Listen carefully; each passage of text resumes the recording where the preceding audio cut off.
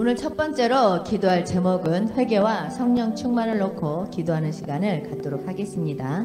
베드로후서 1장 19에서 21절 말씀 가지고 하나님의 계시는 이미 완성되었다라는 주제로 함께 은혜를 나누도록 하겠습니다. 베드로후서 1장 19에서 21절 말씀입니다. 또 우리에게 더 확실한 예언이 있어 어두운 데를 비추는 등불과 같으니 날이 새어 샛별이 너희 마음에 떠오르기까지 너희가 이것을 주의하는 것이 옳으니라. 예언은 언제든지 사람의 뜻으로 낸 것이 아니오 오직 성령의 감동하심을 받은 사람들이 하나님께 받아 말한 것임이라. 아멘. 성령 충만, 이 단어는 오늘날 교회 안에서 자주 들리는 단어입니다. 기도회에서 찬양 시간에 설교 중에서도 우리는 성령 충만해야 한다고 듣습니다. 많은 성도들도 그 충만함을 사모합니다. 하지만 문제는 우리가 성령 충만이라는 말을 들을 때 떠올리는 이미지가 매우 감정적이고 경험 중심적이라는 것입니다. 어떤 사람은 눈물이 흐르는 감격의 순간을, 어떤 사람은 방언이나 예언 같은 신비한 체험을, 또 어떤 사람은 기도 중에 몸이 떨리는 느낌을 성령이 충만하게 임하신 증거라고 여깁니다. 물론 하나님께서 그렇게 일하실 수도 있습니다. 성령은 인격적이시며 때로는 우리의 감정, 몸, 영혼에 강하게 영향을 미치기도 하십니다.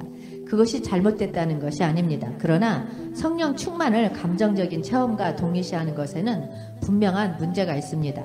왜냐하면 그런 체험이 없을 때에 우리는 지금 나는 성령 충만하지 않은가? 하나님이 나를 떠나신 것 같은데 잘못된 판단에 빠지기 쉽기 때문입니다. 이 질문을 던져봐야 합니다. 하나님이 우리를 충만하게 하시고 인도하시고 역사하시는 것이 반드시 특별한 체험이나 강렬한 감정으로만 증명되어야 하는가?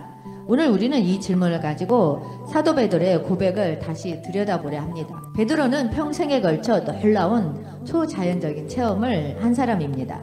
변화산에서 예수님의 영광스러운 모습과 하늘의 음성을 들었고 물 위를 걷기도 했고 오순절 성령 강림 현장 한가운데에 있었던 인물이었습니다. 하지만 그런 체험을 모두 지나고 난 베드로는 죽음을 앞둔 시점에서 가장 확실한 하나님의 계시는 무엇인가를 말하면서 놀라운 고백을 남깁니다. 우리에게 더 확실한 예언이 있으니 어두운 데에 비치는 등불과 같다. 그가 말한 더 확실한 예언은 그 어떤 강렬한 체험보다 기록된 하나님의 말씀, 즉 성경을 가리킵니다. 그렇다면 진짜 성령 충만은 무엇일까요? 성령 충만은 말씀과 분리될 수 없습니다. 성령은 우리에게 말씀을 조명하시고 그 말씀을 깨닫게 하시며 그 말씀대로 살아갈 수 있도록 우리를 도우시는 분입니다. 말씀 없이 경험하는 충만은 오래가지 않습니다. 말씀 안에서 체험되는 충만은 삶 전체를 비춥니다. 이제 우리는 감정을 넘어서 기록된 말씀 위에 세워지는 성령 충만의 삶으로 들어가야 합니다. 오늘 첫 걸음을 함께 시작해 보겠습니다. 사도 베드로는 지금 자신의 죽음을 앞두고 있습니다. 베드로후서 1장은 단순한 교훈이 아닙니다. 그의 삶의 끝자락에서 마지막으로 전하고 싶은 진심이 담긴 유언과도 같은 글입니다. 그는 자신의 사도직을 설명하며 이렇게 말합니다. 내가 만든 이야기를 말하는 것이 아니다. 내가 본 것을 말한다. 그리고 실제로 그는 놀라운 체험을 했던 사람입니다. 예수님과 함께 변화산에 올라가 예수님의 모습이 하늘의 영광으로 변하는 장면을 보았습니다. 뿐만 아니라 하늘에서 들려오는 하나님의 음성을 들었습니다. 이는 내 사랑하는 아들이요 내가 기뻐하는 자다. 이건 누가 들어도 엄청난 영적 체험입니다. 우리는 아마도 평생에 한 번 이런 일을 겪고 싶어 할 것입니다. 베드로가 그날의 경험을 간증처럼 풀어내고 여러분도 이런 체험을 사모하십시오 라고 말해도 이상하지 않습니다. 그런데 베드로는 전혀 다른 말을 합니다. 우리에게는 더 확실한 예언이 있습니다. 베드로는 변화산의 그 영광스러운 순간보다 더 확실한 것이 있다고 말합니다. 그것은 바로 기록된 말씀 성경입니다. 그는 그 말씀을 이렇게 표현합니다. 어두운 데를 비추는 등불과 같다. 우리는 종종 확실한 것을 체험해서 찾으려고 합니다. 감정이 뜨겁고 눈물이 흐르고 뭔가 특별한 경험이 있어야 하나님이 나와 함께 하시는구나 하고 느끼곤 합니다. 하지만 베드로는 오히려 그런 감정적인 확신보다 기록된 하나님의 말씀 안에 더 큰 확신이 있다고 말합니다. 왜냐하면 말씀은 흔들리지 않기 때문입니다. 감정은 오르락내리락 하지만 말씀은 늘 동일합니다. 체험은 상황에 따라 변할 수 있지만 말씀은 언제나 진리입니다. 베드로는 이어서 20에서 21절에서 이렇게 말합니다. 예언은 사람의 뜻으로 된 것이 아니요 성령의 감동을 받은 사람들이 하나님께 받아 말한 것이라. 이 말은 굉장히 중요한 성경관을 말해줍니다. 성경은 단순히 지혜로운 인물들이 기록한 영적 통찰이 아닙니다. 성경은 하나님의 영, 성령께서 사람들을 감동시키셔서 기록하게 하신 하나님의 말씀입니다. 즉 성경은 사람의 말이 아니라 하나님의 말씀이며 완성된 하나님의 계시로서 우리 신앙의 기준이자 뿌리입니다. 베드로는 지금 죽음을 앞두고도 말합니다. 여러분, 나의 경험이 중요한 게 아닙니다. 가장 신뢰할 수 있는 것은 성령의 감동으로 쓰인 말씀입니다. 이 시대는 체험 중심적 신앙이 많습니다. 사람들은 뭔가 특별한 응답, 기적, 감정의 고조를 기대합니다. 하지만 그것만을 추구할 때 신앙은 불완전해집니다. 베드로가 전한 메시지는 너무나도 분명합니다. 진짜 확신은 말씀에 있다. 말씀은 하나님이 주신 완성된 계시이며 성령이 주신 가장 안전한 길잡이이다. 우리 신앙은 감정이나 상황이 아니라 기록된 말씀 위에 세워질 때 흔들리지 않습니다. 빛이 사라진 시대에도 말씀은 어두운 곳을 비추는 등불이 됩니다. 베드로는 죽음을 앞두고 마지막으로 말씀을 붙들라고 외쳤습니다. 아무리 위대한 체험이 있어도 기록된 말씀이 더 확실합니다. 성경은 성령의 감동으로 주신 완전하고 충분한 하나님의 계시입니다.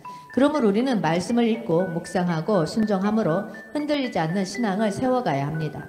오늘날 많은 사람들이 회개와 성령 충만을 말합니다. 하지만 그 개념은 종종 감정이나 분위기에 치우쳐 있는 경우가 많습니다. 우리는 때로 회개를 눈물이나 죄책감으로 생각하고 성령 충만을 뜨거운 느낌 혹은 특별한 체험으로 여깁니다. 물론 회개할 때 눈물이 날 수 있고 성령이 임할 때에 마음이 뜨거워질 수 있습니다. 하지만 그것이 회개의 본질도 아니고 성령 충만의 기준도 아닙니다. 회개는 내가 누구인지를 직면하는 순간에서 시작됩니다.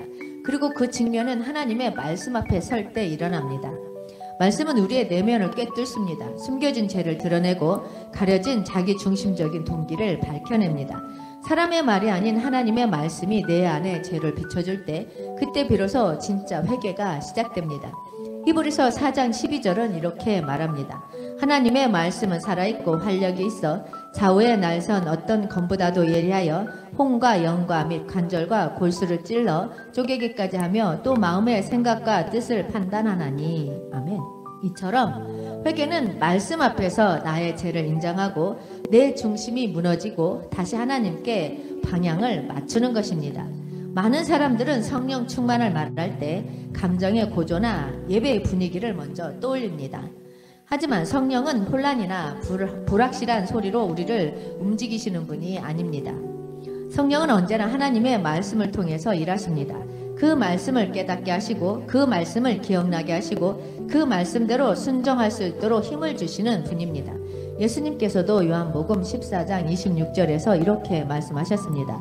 보혜사 곧 아버지께서 내 이름으로 보내실 성령 그가 너희에게 모든 것을 가르치고 내가 너희에게 말한 모든 것을 생각나게 하리라. 성령 충만은 하나님의 뜻에 민감해지고 하나님의 말씀에 순종하려는 마음과 삶의 변화로 드러납니다. 진짜 성령 충만은 말씀을 따라 살아내는 능력으로 나타나는 것입니다. 결국 회개와 성령 충만은 따로 떨어진 것이 아닙니다. 말씀 앞에 설 때 회개가 일어나고 그 회개의 자리에 성령이 임하셔서 우리를 새롭게 하십니다. 감정의 기쁨보다 중요한 것은 내가 말씀 앞에 얼마나 정직하게 서 있는가입니다. 분위기보다 중요한 것은 말씀을 내 삶의 기준으로 삼고 있는가입니다. 회개는 말씀 안에서 시작되고 성령 충만은 말씀 안에서 이루어지며 이 둘은 말씀 앞에 무릎 꿇는 자리에서 함께 일어납니다. 그러니 사랑하는 여러분, 지금 내가 회개를 갈망하고 있다면, 성령 충만을 구하고 있다면 그 시작은 감정을 자극하는 환경이 아니라 하나님의 말씀 앞에 정직하게 서는 것입니다. 오늘도 그 말씀이 여러분의 내면을 비추고 성령께서 그 말씀을 통해서 여러분을 새롭게 하시기를 소망합니다. 20세기 중반 미국 복음주의 교회로 큰 영향을 끼친 한 설교자가 있었습니다. 그의 이름은 에이든 윌슨 토저입니다. 그는 신학교를 다닌 적도 없었고 체계적인 훈련은 받은 적도 없었지만 그의 설교와 글은 수많은 그리스도인들의 내면을 깊이 흔들었습니다. 하지만 그런 토저도 처음부터 하나님과의 친밀한 사람은 아니었습니다. 그는 17세 때에 우연한 한 거리 전도자가 외치는 소리를 듣고 교회에 가게 되었고 그 후 믿음 생활을 시작했지만 정작 자기 내면에는 하나님에 대한 깊은 이해와 확신이 부족했습니다. 그러던 어느 날 그는 집에 있는 한 권의 성경과 어거스틴의 고백론, 토마스 아 캠피스의 그리스도를 본받아 같은 고전 신앙서를 반복해서 읽기 시작했습니다. 그는 설교를 통해 변화된 것이 아니라 혼자서 말씀을 묵상하는 시간 속에서 하나님의 임재를 경험했습니다. 어떤 특별한 집회도 감정적인 체험도 없었습니다. 그가 이렇게 고백한 글이 있습니다. 말씀은 내가 하나님 앞에 무릎을 꿇게 만들었습니다. 나는 단 한 문장을 붙잡고 1시간도 넘게 기도한 적이 있습니다. 그 말씀 한 줄이 나를 하나님 앞으로 데려갔습니다. 그의 내면은 점점 달라졌습니다. 하나님의 거룩하심 앞에서 자신의 죄악을 보게 되었고 그 은혜가 얼마나 깊고 무서운지를 깨닫게 되었습니다. 그가 쓰기 시작한 글들은 철저히 말씀과 기도에서 나온 묵상들이었고 감정을 자극하기보다는 영혼을 하나님 앞으로 이끄는 메시지였습니다. 그의 대표적인 저서인 하나님을 갈망하라는 지금까지도 전 세계 수많은 그리스도인들에게 감정적 열정이 아닌 말씀과 경외로 드리는 삶의 예배를 가르치고 있습니다. 에이든 닐슨 토저의 변화는 특별한 체험에서 시작된 것이 아닙니다. 기록된 말씀 앞에 조용히 앉아 그 의미를 곱씹고 그 말씀이 자신의 심령을 찌르고 다듬게 하실 때 성령께서 조용하지만 분명하게 그의 삶을 바꾸신 것입니다.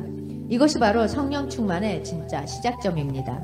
말씀을 읽고 끝나는 것이 아니라 그 말씀이 내 안에 들어와 기도가 되고 회개가 되고 결단이 되며 그 결단이 삶으로 열매 맺는 과정이 성령의 역사입니다. 토저는 체험을 쫓지 않았습니다. 그는 기록된 말씀 앞에 무릎을 꿇었고 그 말씀이 그의 인생을 완전히 뒤바꿔 놓았습니다. 오늘날 많은 그리스도인들이 신앙의 확신을 얻기 위해서 혹은 하나님의 뜻을 분별하기 위해서 체험을 사모합니다. 그래서 자주 이런 말들을 듣게 됩니다.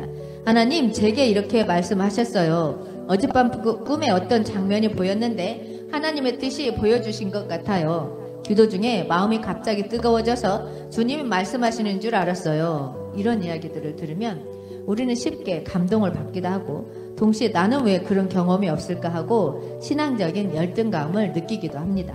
그리고 때로는 그런 체험이 마치 신앙의 깊이를 증명하는 것처럼 여겨지기도 합니다. 우리는 분명하게 말해야 합니다. 하나님은 지금도 꿈을 통해 말씀하실 수 있고 기도 중에 감동을 주실 수 있으며 특별한 방식으로 인도하실 수 있는 분입니다. 성경에도 그런 사례가 있습니다.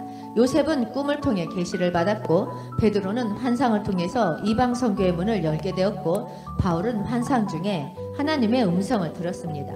그러나 성경은 동시에 이런 체험들이 언제나 말씀과 일치했음을 보여줍니다. 하나님의 모든 초자연적인 인도하심은 말씀의 진리 위에 서 있었고 결국 그리스도를 드러내는 방향으로 흘러갔습니다. 신앙의 뿌리를 체험에 두는 순간 신앙은 감정에 따라 흔들리는 구조가 됩니다. 감정이 뜨거우면 하나님이 함께 하신다고 느끼고 침묵하시는 것 같으면 하나님이 나를 버리셨나 흔들리고 뭔가 특별한 일이 없으면 내 신앙이 메말랐다고 느끼고 하지만 성경은 말합니다. 믿음은 들음에서 나며 들음은 그리스도의 말씀으로 말미암느니라. 진짜 믿음은 감정이나 체험이 아니라 하나님의 말씀을 듣고 그 말씀을 붙드는 것에서 시작됩니다. 체험이 신앙을 흔들지 않게 하려면 중요한 2가지 질문을 스스로에게 던져야 합니다. 이 체험이 하나님의 말씀과 일치하는가? 이 체험의 결과가 예수 그리스도를 드러내고 있는가? 감동이 왔다면 그것이 나를 말씀 앞에 더 순종하게 만들었는지, 꿈을 꾸었다면 그것이 내 안에 그리스도의 겸손과 사랑을 더하게 했는지 판단해야 합니다.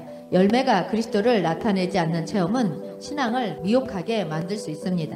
하나님은 우리가 감정에 끌려다니는 신앙인이 아니라 진리 위에 뿌리 내린 신앙을 갖기를 원하십니다. 체험은 순간이지만 말씀은 지속적인 인도가 됩니다. 체험은 감정의 파도지만 말씀은 등불처럼 어둠을 비추는 기준이 됩니다. 그러니 체험을 사모하기 전에 말씀 앞에 정직하게 서십시오. 기도보다 먼저 성경을 펴고 감정보다 먼저 말씀의 진리를 붙드십시오. 그때 비로소 하나님의 음성은 가장 선명하고 안전한 방식으로 우리에게 다가오게 될 것입니다. 사랑하는 여러분, 오늘 우리가 잊지 말아야 할 진리가 하나 있습니다. 하나님의 계시는 이미 완성되었습니다. 더 이상 새로운 계시를 기다릴 필요도 특별한 체험을 구걸할 필요도 없습니다. 왜냐하면 하나님의 뜻은 성경 속에 그 기록된 말씀 안에 이미 다 담겨 있기 때문입니다. 그 말씀은 단순한 종교적 문서가 아닙니다. 그 말씀은 지금도 살아있고 움직이며 우리의 삶을 비추는 하나님의 호흡입니다. 성령께서 바로 그 말씀을 통해 일하십니다. 우리의 죄를 비추고 우리의 길을 바로잡으며 우리로 하여금 하나님께로 돌아오도록 회개하게 하시고 새 힘으로 충만하게 하십니다. 그렇다면 이제 우리의 질문은 분명해야 합니다. 나는 지금 말씀 위에 서 있는가? 내가 붙들고 있는 신앙의 기준은 일시적인 감정인가? 영원히 변하지 않는 기록된 진리인가? 예배의 감동이 끝난 후에도 말씀이 나를 이끌고 있는가? 말씀이 나를 변화시키고 있는가? 이 질문은 단지 지적 고민이 아닙니다. 신앙의 기초와 방향을 결정하는 근본적인 물음입니다. 세상은 혼란스럽고 기준은 자꾸 바뀝니다. 무엇이 진짜인지 어떻게 살아야 할지 모를 때 하나님의 말씀은 우리의 발에 등불이 되며 길을 밝히는 빛입니다. 말씀은 잠시의 이로가 아니라 평생을 걸어간 길을 보여주는 나침판입니다. 말씀은 내 감정을 이루하는 수준을 넘어서 내 존재를 다시 세우고 내 정체성을 하나님 안에 회복시키는 능력입니다. 성경은 말합니다. 사람이 떡으로만 살 것이 아니요 하나님의 입에서 나오는 모든 말씀으로 살 것이라. 신앙은 말씀 없이는 살아갈 수 없습니다. 기도만으로는 방향을 잃고 열정만으로는 지치게 됩니다. 말씀이 있어야 내가 왜 사는지, 누구를 믿는지, 어떻게 살아야 하는지를 알게 됩니다. 하나님은 혼란스러운 소리로 말씀하지 않으십니다. 하나님은 이미 기록된 말씀 속에서 지금도 가장 명확하게 말씀하고 계십니다. 성령은 그 말씀을 통해서 우리의 길을 열고 눈을 뜨게 하시며 마음에 찔림을 주시고 다시 일어설 힘을 주십니다. 그러므로 사랑하는 여러분, 오늘도 그 말씀 앞에 나아갑시다. 말씀을 듣고 묵상하고 붙들고 순종합시다. 그 말씀 앞에서 정직하게 나를 들여다보고 죄를 인정하고 회개하며 하나님의 뜻 앞에 다시 무릎 꿇는 우리가 됩시다. 그리고 그 자리에 성령께서 임하셔서 우리의 메마른 심령에 생기를 불어넣으시고 진짜 변화와 충만을 경험하게 하실 것입니다. 말씀 안에서 성령의 충만함을 받는 삶, 그것이 신앙의 진짜 시작이자 본질입니다. 오늘 말씀 위에 당신의 신앙을 다시 세우십시오. 그 위에 세운 인생은 흔들려도 무너지지 않습니다. 말씀이 살아있는 곳에 하나님은 반드시 역사하십니다.